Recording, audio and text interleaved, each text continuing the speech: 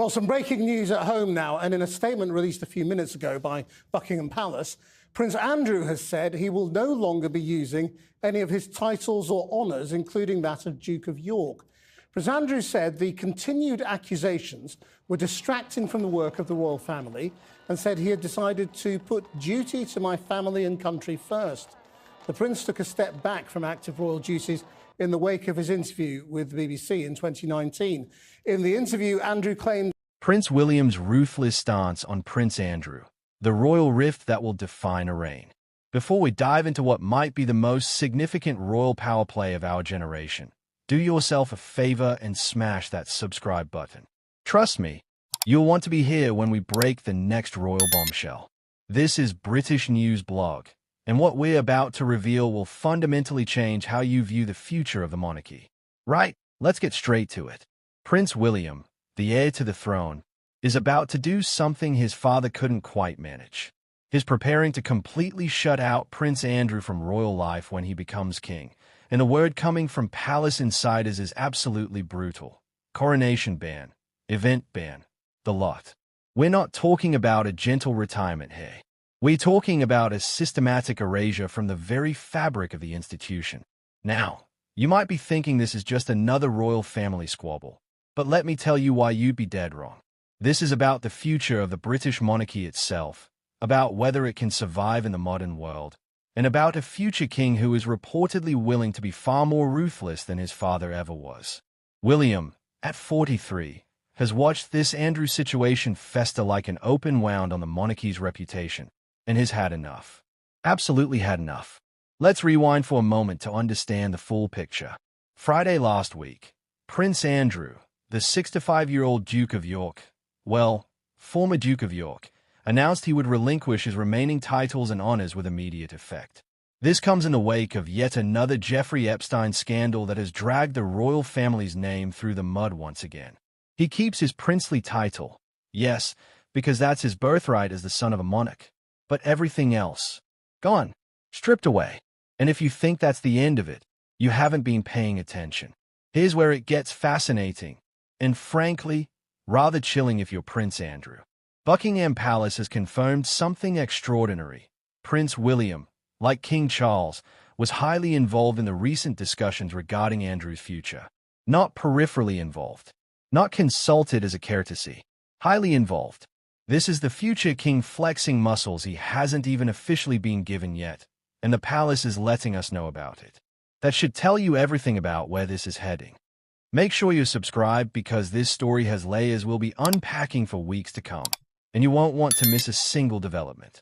According to The Times, a publication that doesn't exactly traffic in palace gossip without solid sourcing, William will be more ruthless than his father when dealing with Andrew. More ruthless than King Charles. Let that sink in for a moment. Charles, who has already taken significant steps to slim down the monarchy and push Andrew to the margins, is apparently too soft for William's liking. The heir apparent looks at his father's handling of the situation and thinks, not good enough. Not nearly good enough. But here's the crucial detail that everyone seems to be missing. Although William was involved in these recent discussions, he was not satisfied with the outcome. Think about what that means. Andrew has just been stripped of his titles and honors, a humiliation of epic proportions by any measure, and William thinks it doesn't go far enough. Palace sources are saying that William knows full well that the Andrew problem will be sitting in his in tray at some point, and when it does, he has every intention of dealing with it permanently. So what does permanently mean in royal terms? Well, we now have a pretty clear picture, and it's comprehensive in its severity. When William becomes king, Andrew will be banned from all elements of royal life. Not just the obvious public engagements. Mind you, we're talking about public and private royal events, including, and this is the kicker, the coronation itself. William's own coronation. Imagine being so thoroughly cast out that you cannot attend your own nephew's coronation. That's not just a snub. That's a statement carved in granite. The exclusion extends to most state occasions as well. Trooping the color. Forget it. Royal weddings. Not a chance. Christmas at Sandringham. Don't even think about it. This isn't about keeping Andrew at arm's length. This is about pretending he doesn't exist, at least in any official or semi-official capacity. William is preparing to do what many believe should have been done years ago: completely sever Andrew from the institution he has so badly damaged. Now, if you're still on the fence about subscribing, let me tell you what's coming up on this channel over the next few weeks, because this story connects to everything happening in the palace right now, from Catherine's new role to the modernization agenda to the Commonwealth question. Hit that button. Let's talk about Andrew's recent public appearance, because it perfectly encapsulates why William is taking this hardline stance. Last month, at the Duchess of Kent's funeral, Andrew made one of his last appearances as the Duke of York. He was pictured alongside William, and what happened next was absolutely extraordinary. And by extraordinary, I mean excruciatingly awkward. Andrew attempted to engage his nephew in conversation, tried to be chummy, reminisce about the good old days, and William allegedly gave him the coldest of cold shoulders. We have actual footage of this encounter, and it's been analyzed by renowned lip reader Jeremy Freeman. According to Freeman, Andrew told William something along the lines of, "We had a lovely time in those days, didn't we? I remember those days." Imagine the audacity. Here's a man whose associations have brought untold damage to the monarchy, who has been forced to step back from public life, whose reputation is in tatters, and is trying to bond with the future king over nostalgic memories as if nothing has happened. As if they had just family having a chat at a funeral. William's reaction? Reportedly furious. Absolutely livid. And can you blame him? This is a man who has spent his entire life preparing to be king, who understands the weight of the crown and the need for the monarchy to be above reproach, watching his uncle act as though a bit of friendly reminiscing might smooth things over. It won't. It can't. The damage is too severe, and more importantly, William knows that the British public will never forgive or forget what Andrew represents. This brings us to the heart of why William's approach is so different from his father's. Charles, for all his modernizing instincts, is still of a generation that believes in family loyalty above almost all else. He's tried to handle Andrew quietly, minimizing the damage while still keeping him within the family fold. It's the old way of doing things. Protect the institution by protecting the family members within it, even the problematic ones. William sees it differently. He understands that in the 21st century, protecting the institution means excising the parts that threaten it, even if those parts are family. And let's be brutally honest about something else. William has watched his father's popularity suffer because of Andrew. He's seen the polling numbers, read the commentary, heard the public's frustration that Andrew still retains any privileges at all. When William looks at his father's handling of Andrew, he doesn't just see a tactical error. He sees a strategic vulnerability that could undermine his own reign before it even begins. So he's drawing a line in the sand now, making it clear that when he's in charge, there will be no ambiguity, no half measures, no nostalgic conversations at funerals. Subscribe now because we're going deep on royal strategy in our upcoming videos, and you'll want to understand the full context of what's happening behind palace walls. The timing of all this is worth examining as well. We're not in a period of crisis for the monarchy, not really. Charles's reign has begun reasonably smoothly. The institution is stable, public support remains relatively strong.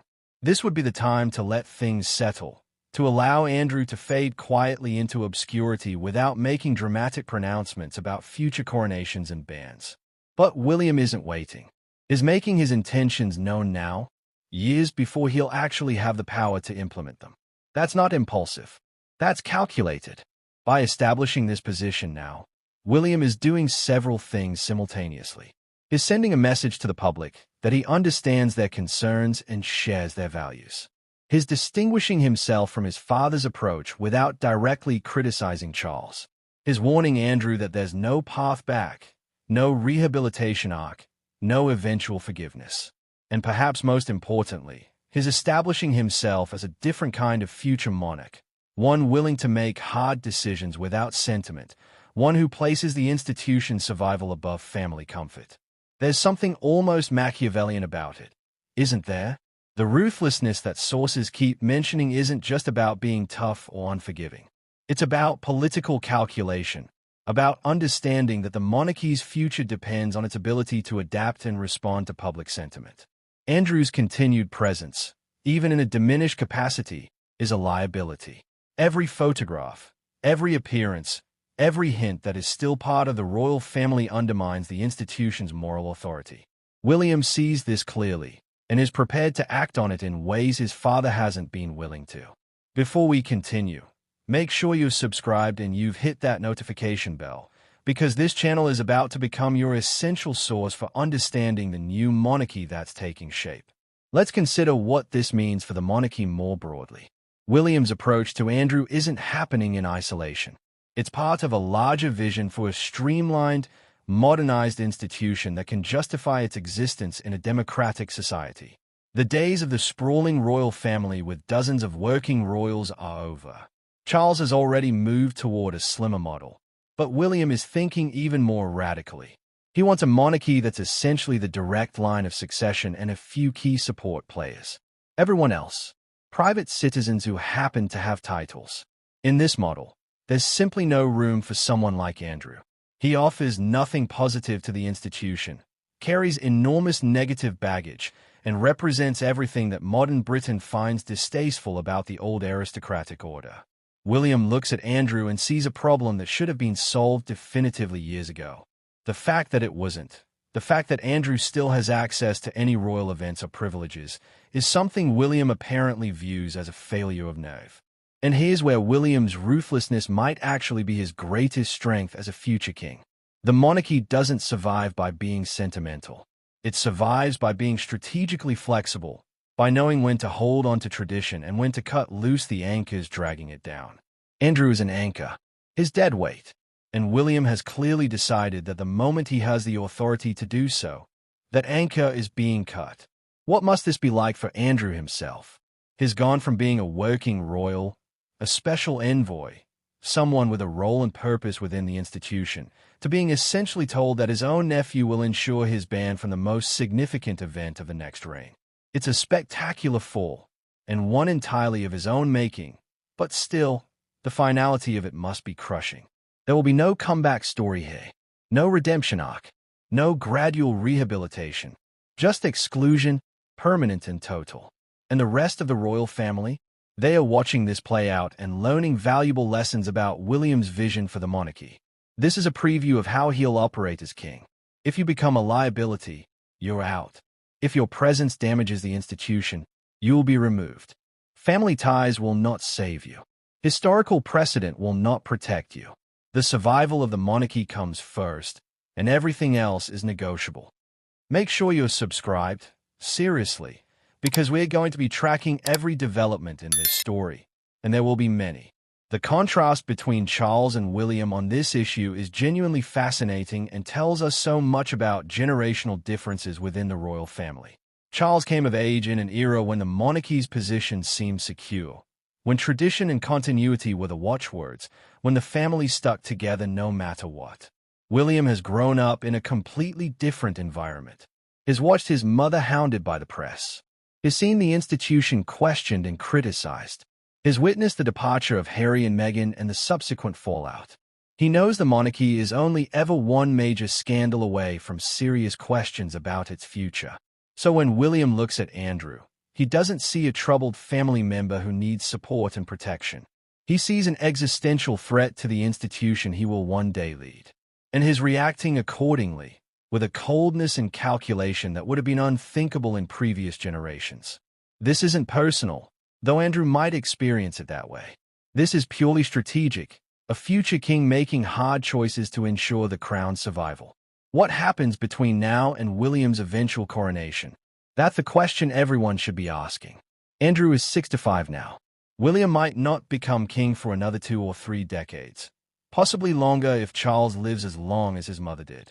That's a lot of time for situations to change, for public memory to fade, for rehabilitation efforts to occur. But based on everything we're hearing, William isn't interested in any of that. His position appears to be set in stone. Andrew is out, permanently, irrevocably, completely. And actually, that certainty might be part of the strategy. By making his intentions clear now, William removes any ambiguity, eliminates any hope Andrew might have of working his way back into the family's good graces. There's no point in Andrew trying to rehabilitate his image. No point in doing good works or making public statements, because the future king has already decided. The verdict is in, and it's not changing. This is the new monarchy, everyone.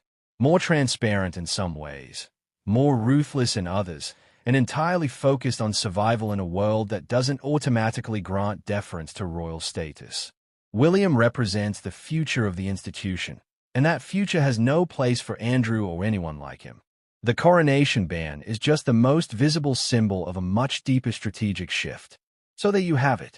Prince William, the future king, preparing to do what many believe should have been done years ago, completely removing Prince Andrew from royal life. It's ruthless, yes, but it might also be necessary for the monarchy's survival. William isn't satisfied with half measures, and when he takes the throne, Andrew will find himself on the outside looking in, banned from the coronation, banned from events, essentially erased from the institution he once served.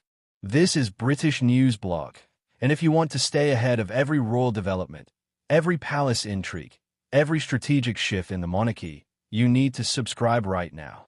We're just getting started with this story, and there's so much more to come. Hit that subscribe button, turn on notifications, and we'll see you in the next video where we'll be diving even deeper into William's vision for the future monarchy. Until then, keep watching, keep questioning, and remember, in the modern royal family, sentiment is a luxury they can no longer afford.